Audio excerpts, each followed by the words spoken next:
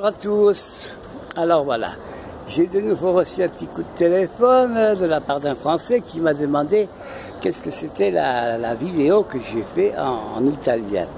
Alors, je m'explique, mais avant tout, je voudrais faire un petit coucou à tous mes amis belges, puisque je suis belge, parce qu'avec l'application YouTube Creator, je vois qu'en Belgique, on me regarde quand même à plus de 10%.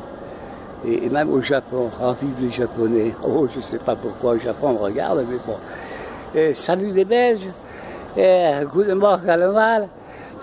Alors voilà, alors la petite vidéo, je l'ai faite en fait pour remercier un prêtre.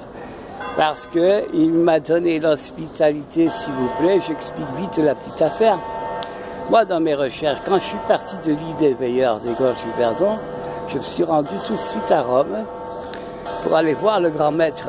Mais là, quand je suis arrivé, comme on me connaissait déjà par les coups de téléphone, tant de centaines de fois de coups de téléphone, et j'ai été reçu par son Excellence Fraile de Comminges, qui était le secrétaire d'État de l'Ordre des Chevaliers de Malte. Et alors lui, il m'a expliqué, il m'a dit, écoutez, Monsieur César, même nous avons très difficile à voir le grand maître. Donc c'était un point d'interrogation. Et c'est comme ça que j'ai compris, même s'il n'a pas parlé, que j'avais raison. Que les grands maîtres, tous les grands maîtres, depuis Lyon de Villeneuve, sont prisonniers du Vatican. Et c'est ça, c'est terrible. Ils ont fait la promesse de se faire... Enfin, ils se sont donnés volontairement prisonniers pour l'histoire de l'ordre des Templiers, pour sauver l'honneur de ces gens-là. Donc, j'avais compris que j'avais raison, j'avais une preuve. Et ensuite, voilà, je voulais repartir en France sur l'île de Lérins, puisque j'avais cru comprendre qu'il y avait quelque chose là. Et le train s'était arrêté à Vintimille à 11h30 du soir, donc il n'allait pas plus loin. Donc j'ai cherché un petit coin pour dormir, et j'ai trouvé quoi? Une rivière qui s'appelle la Roya, et qui se jette dans la mer. Donc j'ai dormi là. Le lendemain, parce que je me réveille toujours très tôt, et je me suis levé, et j'étais boire un café à 6h là, dans un bar, à côté d'une église. Et puis, cette église s'est ouverte, je suis allé. Et les premières paroles d'un prêtre, c'était le vice-parroco, c'était Don Filardo Gautier, je ne peux pas l'oublier. Il est venu chez moi, oh, en italien, il m'a dit, enlevez votre sac du banc, mettez-le à terre. Ça a été son bonjour. Donc moi j'ai souri, j'ai enlevé le sac, j'ai déposé à terre. Et je suis resté là. Je sais pas pourquoi. Je ne le savais pas encore. Et tous les jours, il venait, il regardait. Et puis un jour, il a pris son courage à deux mains. Il est venu me dire, mais qu'est-ce que vous faites? Je vous vois toujours écrire et lire. Et j'ai dit, excusez-moi, je ne parle pas italien, moi. Je ne comprends pas. Elle me dit, oh, vous parlez français? Il dit, moi je parle français parce qu'il... Voilà. Et alors je lui ai expliqué. Et je lui ai dit, mais si vous voulez, je vous fais une petite démonstration de la manière dont les gens peuvent parler par image. Des images ici, vous en avez tellement. Jésus, Sainte Marie, etc. Et je lui ai fait une petite démonstration. Et cet homme a tiré vraiment des yeux. Bon. Mais il m'a cru, parce que ce que je lui ai dit, c'est la vérité. Moi, je ne connaissais pas encore la parole de Dieu, parce que je vous assure que je n'avais jamais pris le temps de lire la Bible, rien.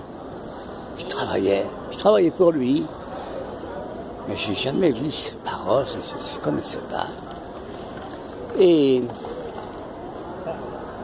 une heure ou deux après, je ne sais pas, non, c'était l'après-midi.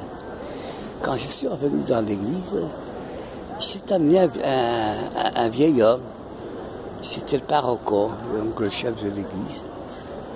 Et Don Daniel Bisato. Il est venu chez moi, il m'a dit, venez avec moi.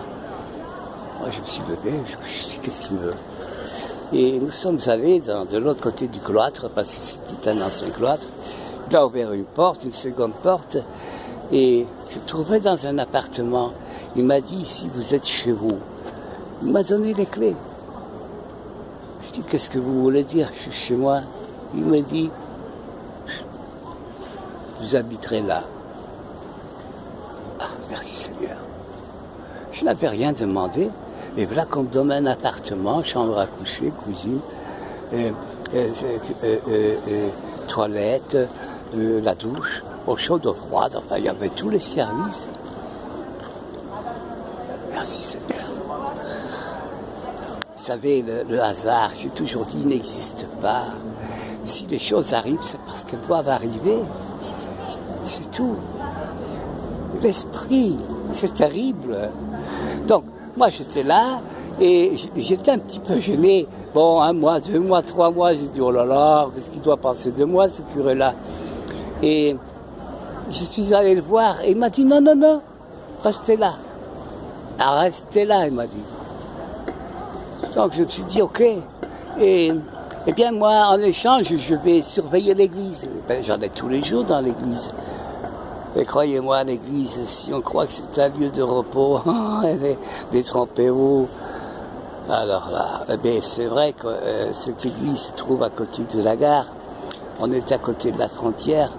On avait tous les illégaux, tous les noirs.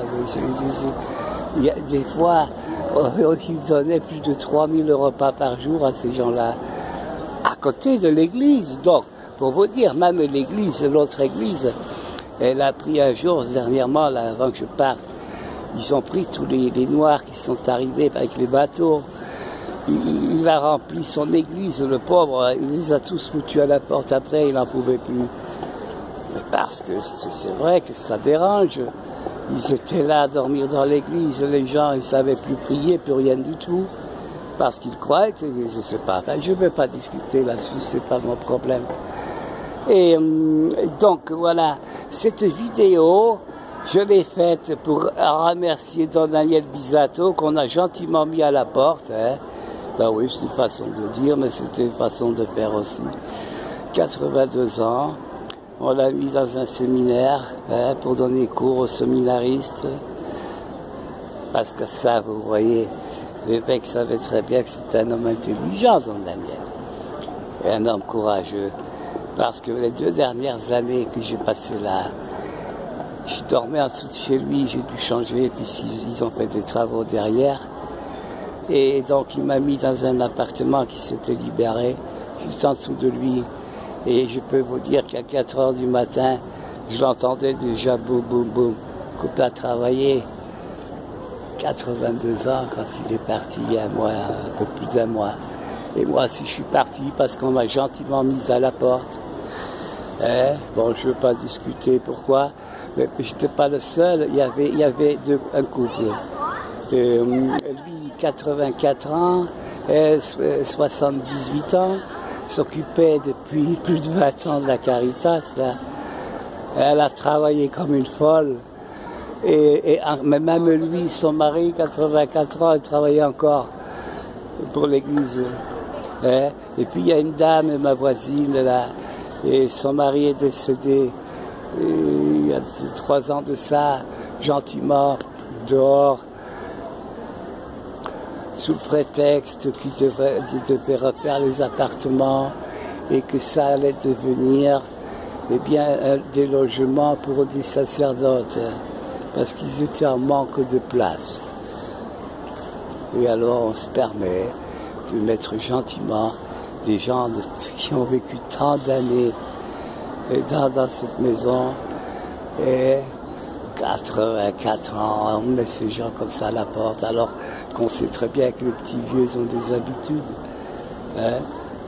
Bon, alors moi je ne discute pas. D'ailleurs au téléphone, Don Daniel, il m'a dit, mais voilà, si Dieu a décidé que cette église ne devait plus être l'église des barbonnes et des pauvres gens qui venaient demander de l'aide pour manger, pour payer les loyers, etc. Et ben c'est comme ça. Et moi j'ai dit, Don Daniel, non, ça ne peut pas être comme ça. parce que Dieu est amour. Et même s'il est écrit qu'il n'est pas venu pour faire la paix, hein, non, il est là, il est amour. Ça, c'est une autre cause, ça. Hein. D'ailleurs, c'est prouvé dans toute l'histoire de la Bible, il était toujours là pour donner à manger aux pauvres, à ceux qui avaient faim, etc. Et ici, eh ben, j'ai dit non, ça peut pas. Et moi, je l'ai remercié pour toutes ces années que j'ai passé avec lui, de l'hospitalité qu'il m'y a donné. Je ne me suis jamais fait payer parce que je dis, bon, l'appartement, il me l'a donné gratuit, c'est déjà pas mal. Et puis, moi, j'avais la divine providence qui était avec moi, qu'on le croit, on ne le croit pas, c'est comme ça. J'ai toujours eu à manger, à boire, j'ai toujours eu le matériel que j'avais besoin. Et puis bon, j'ai eu ce cancer-là. J'ai passé à l'hôpital des moments terribles. Et je suis toujours là. Et personne ne comprend comment je suis encore debout, parce que j'aurais déjà dû mourir depuis quelques petites années. Et je suis là. Mais c'est vrai que je me sens vraiment dépérir maintenant. Et il faut que je me dépêche, qu'on me reçoive, que je peux finir cette histoire-là. Voilà. C'était seulement pour remercier Don Daniel Bisato, parce que vous savez, 12 années où on côtoie un pareil homme. Telle générosité, telle bonté. Ben, on peut pas oublier tout ça, voilà. Hein? Voilà, ça c'était ma vidéo pour le remercier. Parce que c'était normal que je le fasse. Quand on s'est quitté, croyez-moi qu'il a pleuré parce qu'il savait. Il savait ce qui allait se passer avec moi. Ces gens-là, c'est pas des idiots. Vous savez qu'un prêtre, ça étudie pendant minimum 10 ans. Hein. Allez. Je vous dis salut, voilà, ça c'était l'explication de cette petite vidéo en italien. Ciao tout le monde, ciao ciao.